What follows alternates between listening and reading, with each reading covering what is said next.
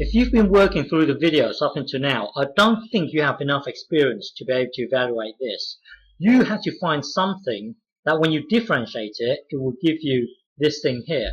And I'm not sure how I can go about teaching you this. It's really just a matter of you seeing lots of different examples, and then after a while you have some experience, and then you get a sense of what you're able to do. So really, to really teach you how to do this, it's really you seeing lots of different examples, and then over time, then you get a sense of what's going on. So it's just a matter of you sitting there and watching an example. So to evaluate this here, visualize this thing here as 1 over a bubble, and then you've got another bubble here. So this is like your x here, and then this here is the natural log of x here. Okay, so visualize this thing here as this, but then you ignore this x here. Now it's only through experience that I know I can ignore the x. You sitting there, you wouldn't know why we should ignore the x. But for me, I've done this for a long time, so I get a sense of it's really through experience that I know I can ignore the x. So looking at this here, visualize it as this: 1 over a bubble. Yes, there is an x here, but through experience, it's just through experience that I know I can ignore the x, because later on, for some reason, the x will take care of itself. Okay, so now visualize this thing here as this. Now you have to search for something that when you differentiate it, it will give you this.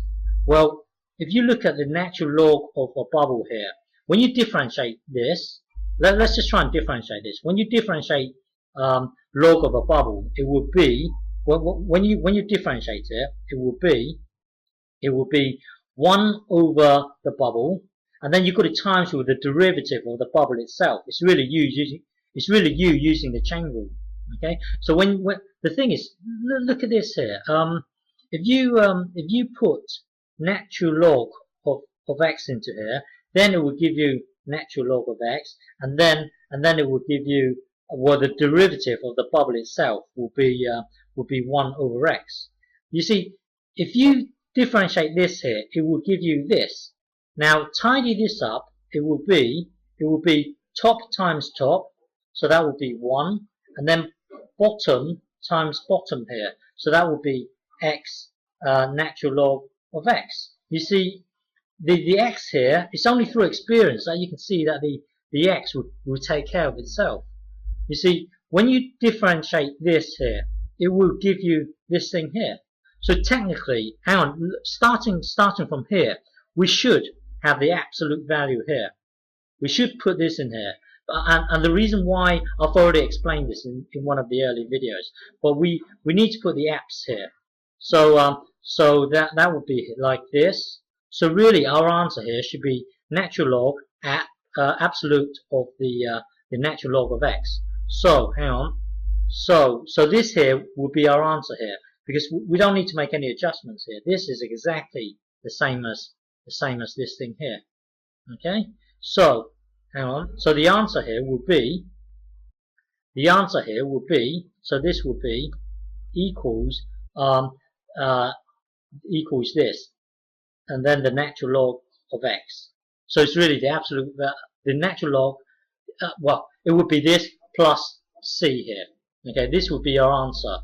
Okay, and the reason why you don't need this here is because of this. Hang on. The reason why you don't need the absolute the absolute here is because, hang on, is because we started out by, bear with me, we started out by visualizing this as this. So what would differentiate to give us this? And it would be the natural log of a bubble here. But then we need, you see, here we are in a way integrating this thing here. So we do need the apps here. But then when it comes to this bit here, we are simply putting the natural log of x into here. We haven't really integrated anything. Here we do need the absolute value here, because we we well we differ.